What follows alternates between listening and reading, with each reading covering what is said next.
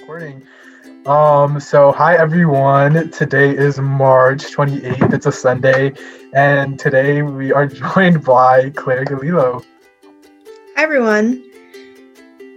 Awesome. All right. So, today we're just gonna have a really laid back chat. Chat with Claire, who's a really awesome student advocate and student leader. And let's just dive right into it. Claire, can you go ahead and tell us a little bit about yourself, where you go to school, any organizations you're affiliated with, etc. Yeah, sure. Well, thanks for having me. My name is Claire Galileo. I'm 18 years old. I use she, her pronouns, and I'm a senior in high school at Richard Montgomery High School in Rockville, Maryland. And I'm currently the president of an organization called Montgomery County Students for Change. I've been involved with the organization since my freshman year, back when it was called Montgomery County Students for Gun Control. It underwent a lot of changes and is still evolving to this day. But yeah, I'm president this year. I was a co-president last year, and then the year before that, in my sophomore year, I was the communications director, one of two communications directors.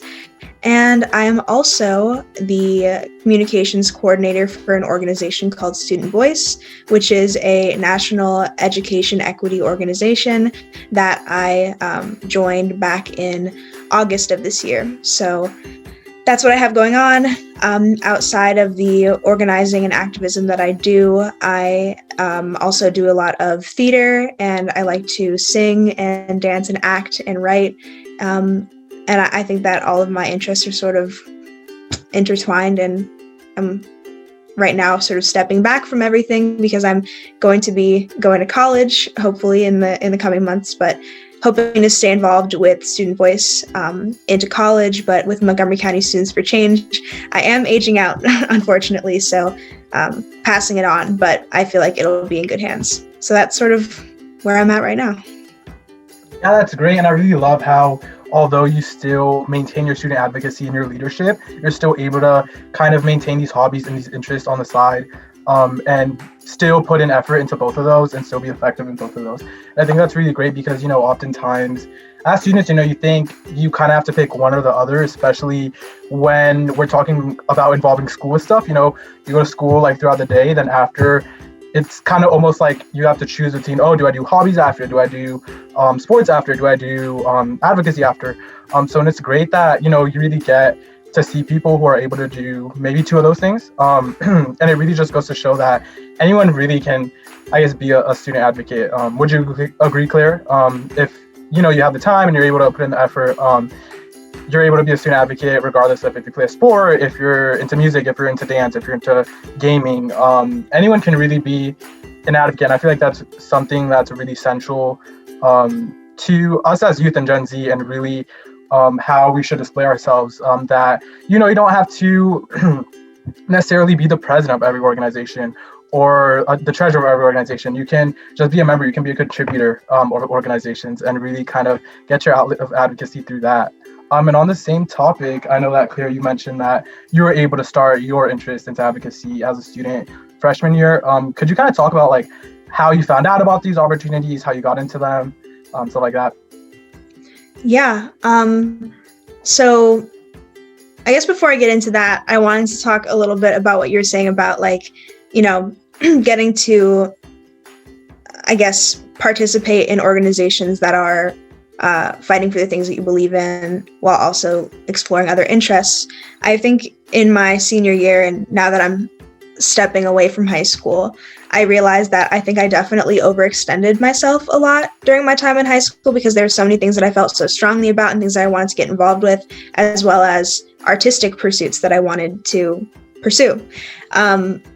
And looking back, if I could give anyone advice, if you feel like you feel drawn to organizing around a certain issue or being a part of different things, to really, I guess, learn how to say no, as well as learn how to not overextend yourself, because ultimately I think that I don't have any regrets about the things that I did in high school, but I do, if I could do it all over again, I would definitely try to budget more time for, I guess, self-care, time to be able to just hang out with friends and do things that weren't necessarily related to like an extracurricular or an organization, because that time is so valuable. And I realize I'm not going to get my teenage years back. But all that being said, I think it's definitely, as you said, it is possible to find that balance, to be able to do the things that you want to do, both recreationally as well as, I guess, extracurriculars and your academics and any other things that you want to do. I think that finding balance definitely is possible. But in my freshman year, when I first got involved with MoCo Students for Gun Control, after the Parkland shooting, so many of us felt so strongly about demanding change. We were just so horrified about what had happened in Parkland with the mass shooting at Marjorie Stoneman Douglas High School. And I think that moment was really pivotal. And I think that I was very, I guess, optimistic that change was possible. And during that time, a bunch of students had come together to organize this big protest in Washington, D.C. To occur directly the month after the Parkland shooting. And I got involved. I didn't have any official position. The organization didn't actually really exist yet, but I took it upon myself to try to mobilize people in my high school to attend that protest and tell people, like, this is an opportunity for us to make our voices heard. And I sort of took it on as my fight. And that was how I became involved with the organization, as it sort of gained more structure and became more of an established group. But yeah, I think so many other young people during this time have a story like that, where they just, they jumped on because they found something that they felt strongly about and have tried to stick around and have sort of seen how this wave of youth activism, I guess you could say, has evolved over the past, 3 years at this point. So yeah, that's my origin story. Yeah, it's great. I really like how you said that when students really find this interest that they share, they're able to mobilize and they're able to organize around those common issues to create change and to show their concerns and their issues. Because so often as students and as young people, we're left out of the table and we're not giving a seat. Especially with policies that directly affect us, like educational policies. So often, there can be as many committees, as many working groups. But if you don't put students on them, then, how are you going to hear our voices? So I think it's really cool that it's shown that even though these opportunities maybe aren't directly given to us to give our input, us as students and us as youth, we're still able to come together. We're still able to create those opportunities for ourselves. And kind of along that, I know that earlier you kind of mentioned mental health and how you kind of have to find this balance between sort of the activism that you do and school and maybe any other hobbies. And I guess, do you have any more advice on that, or for maybe people who really want to get into activism but maybe don't have enough time or maybe think it might overburden them? Yeah, I think something that I've definitely come to realize is that a lot of the time, students who are trying to organize around a particular issue, a lot of the time are incentivized for overworking themselves and for having to work much harder than other people who already have political power, such as adults in educational decision-making, for example. But that's one of many places where we want to make change. And I think something that I've been thinking about is like trying to create structures that are specifically made for students to provide their input and to provide their expertise and their experiences, not expecting students to be experts of the systems that they exist within, but rather experts of their own experiences and be acknowledged and have some degree of political power as a result of those lived experiences. So that's just something that I've been thinking a lot about, but I don't know if that answers your question. No, I definitely agree. I think, that so often, not only is it that we have to work harder, but at the same time, it's almost like, even though there's so many students, there's even less who might be interested in like certain issues, because there's so many issues, that we have to cover. And so once we all kind of, go into those niches and into those issues, it might, prove harder to like do those things, whereas adults, have extra time, the resources and stuff like that. So when youth mobilize, and especially, I feel like we're pretty fortunate that we live somewhere that has a lot of these opportunities. But for students that don't necessarily live somewhere where student leadership and student activism is so encouraged and so available, how would you suggest for kids? I know you mentioned earlier for students to mobilize, but if there is no foundation at all, how would you suggest that a student kind of builds that foundation to start and enter the world of student advocacy and leadership? Yeah, I think that's a great question. I think my number one piece of advice is to not reinvent the wheel if you don't have to. I know a lot of places there may not actually be infrastructure of like a student group like Montgomery County Students for Change or MoCo Students Toward Equitable Public Schools, or even like a regional SGA, Student Government Association. But there usually, for the most part, there usually are adult organizers that are working on virtually any issue that you can think of in any given place.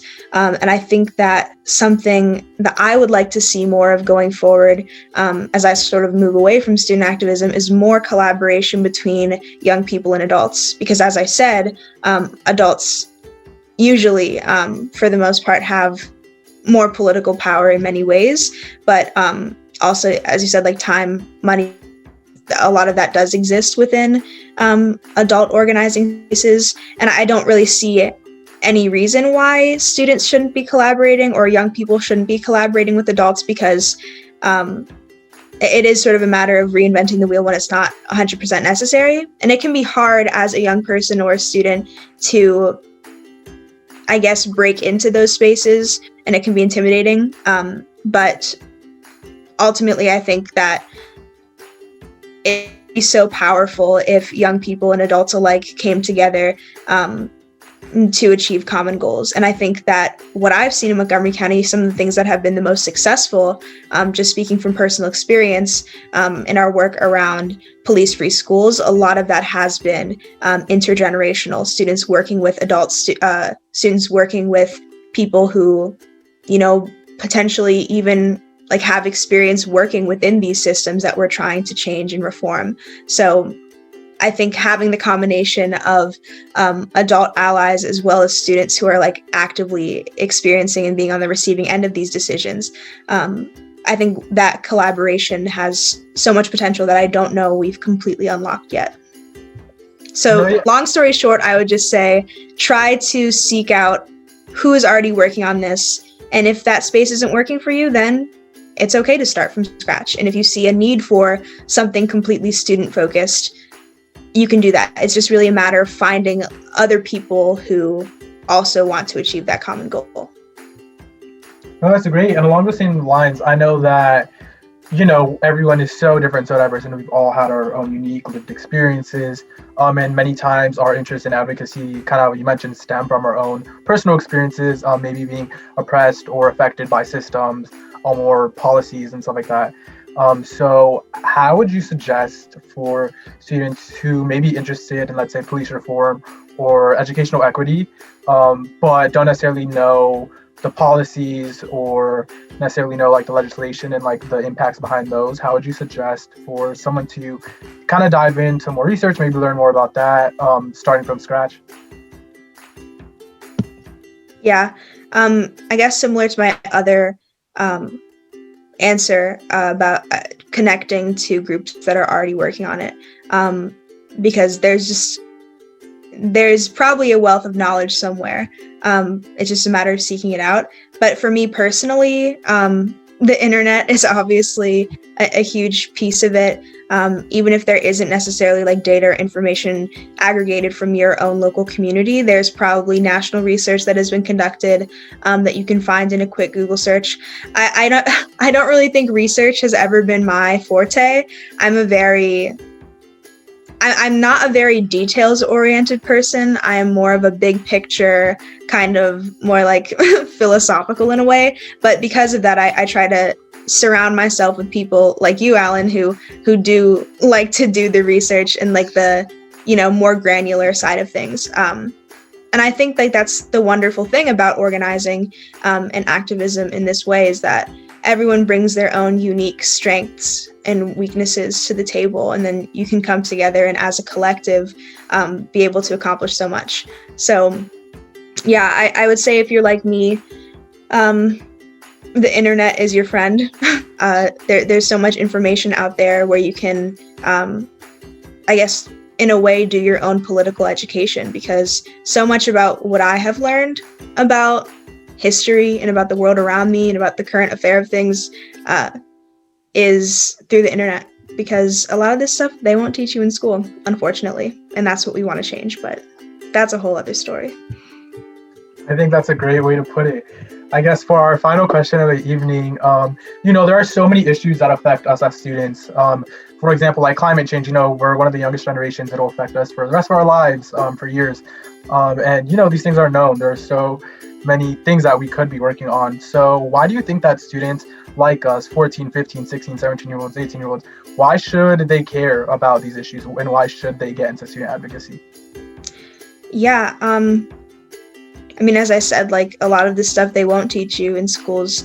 In school, they never taught me about the urgency around climate change. They never really taught me about, I guess, how our economy works. They never taught me about the history of the people that I'm descended from. So I think it has to start at this age, like as we're entering the world, as we're becoming people who are eligible to participate in the political process, or the people who are going to be responsible for solving the problems that we see in our communities. It has to start now, because otherwise I think we would just allow history to continue. And I think that, as you said, we are going to be uniquely impacted as this generation by these issues that have existed for such a long time. And I think those dialogues between our generation and those who came before us, because we're not the first generation to be advocating or asking or demanding change on these issues, starting those dialogues now so that we don't lose progress, so that we don't lose the intergenerational dialogue that needs to happen in order for us to have some sort of continuity of progress. I think those conversations need to happen now, because there is such an urgency around all of these issues that we're talking about, particularly climate change, but most issues are connected. So there you have it.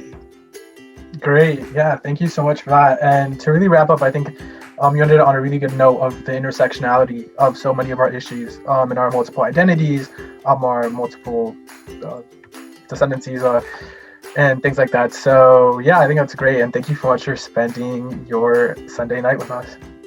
Thank you so much for having me. This was a fun conversation. I'm glad you enjoyed it. I did too. And I hope you all enjoyed it, and come back in 2 weeks to see our next episode. Bye, guys. Bye.